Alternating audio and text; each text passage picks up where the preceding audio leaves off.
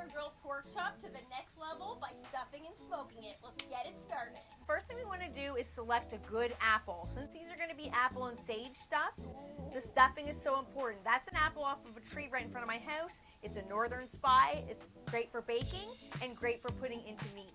Now check out these pork chops. Those babies are thick. Look at how big these are. Look at how thick. Okay, so we're going to chop up our apple here. And we want to make sure to choose, like I said, a baking apple. Chop it in fairly small pieces here.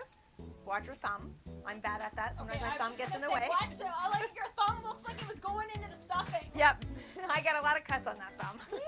Then we're going with the red onion, a lot of garlic. This is optional. Some splatter to the Yeah, side. it went kind of everywhere.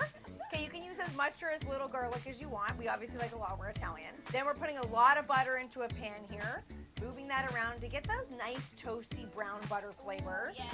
Okay, this is kind of like a Thanksgiving stuffing. Very similar. Apple, brown butter. Oh. Ooh, someone's going in heavy-handed with the maple syrup. What do you got going on here? We've got some bread cubes. Ooh. We're toasting them up in the maple syrup. Be careful when you're doing this. Use your hand as a guide.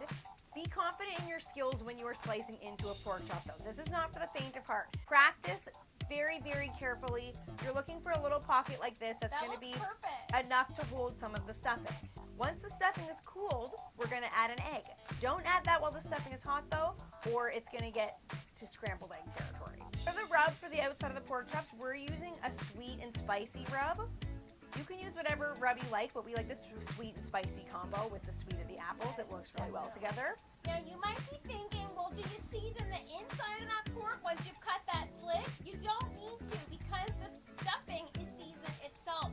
So just season the outside of that pork and it will be seasoned to perfection. Yeah, I don't know if we saw there, but there's also fresh sage in there. You could use fresh, you could use dried, you could use powder. We happen to have dried whole sage leaves, which are really, really nice.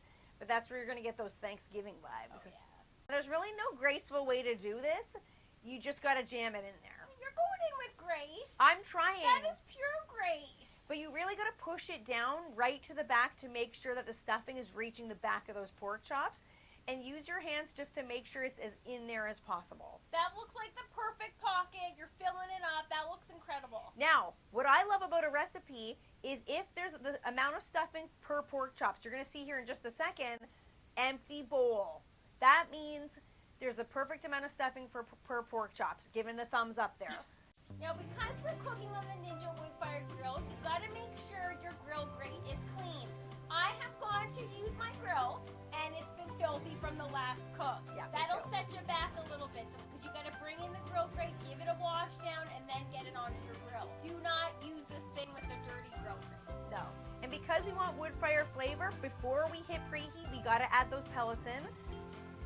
Then we're going to turn it to grill. We're going to hit that wood fire flavor button, and we're going to add 13 minutes. So these are only going to take about 6 minutes aside, but I've added an extra minute just to give us a little bit of leeway here. I always do that, Okay. just in case. Yes.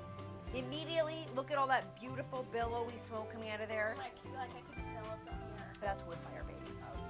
It says add food. It tells us we got to add the food. So we're going to add the pork chops one at a time.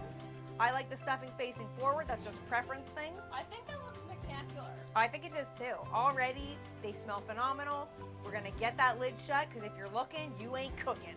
And when you cook with the grill lid down, that quickens the cook time. You don't want to have that grill lid up because then you're only relying on the heat source from the bottom of the grill grate. You want to get that lid down and get that air circulating, and that's how these pork chops are going to be ready in, what did you say, 13 minutes? 12 minutes. 12 minutes. Come on, it doesn't get quicker than that. That's a weeknight recipe. Absolutely, and you have to have the lid down to get that smoke circulating around and get those smoky flavors happening, so shut the lid. At about the 6-minute mark, we're going to flip these babies over. Now, don't come for us in the comments if you're thinking, these are looking a little bit dark, okay? We use a sugary rub. That's what happens when you use a sugary rub. It caramelizes on the outside. And I prefer them cooked like that. I like a prominent grill mark. I feel like it's confident, it's bold. Yes, and caramelization means flavor. Look at how juicy that looks on the inside. That looks incredible. Look at that stuffing. Look at that meat. That is a perfect bite right there. And you know what? Yeah, we serve turkey on Thanksgiving dinner, but I feel like that could be a Thanksgiving. Maybe switch it up this year for Thanksgiving. Absolutely. They're so easy to do. Pork, apple, sage. Wonderful combination going into fall.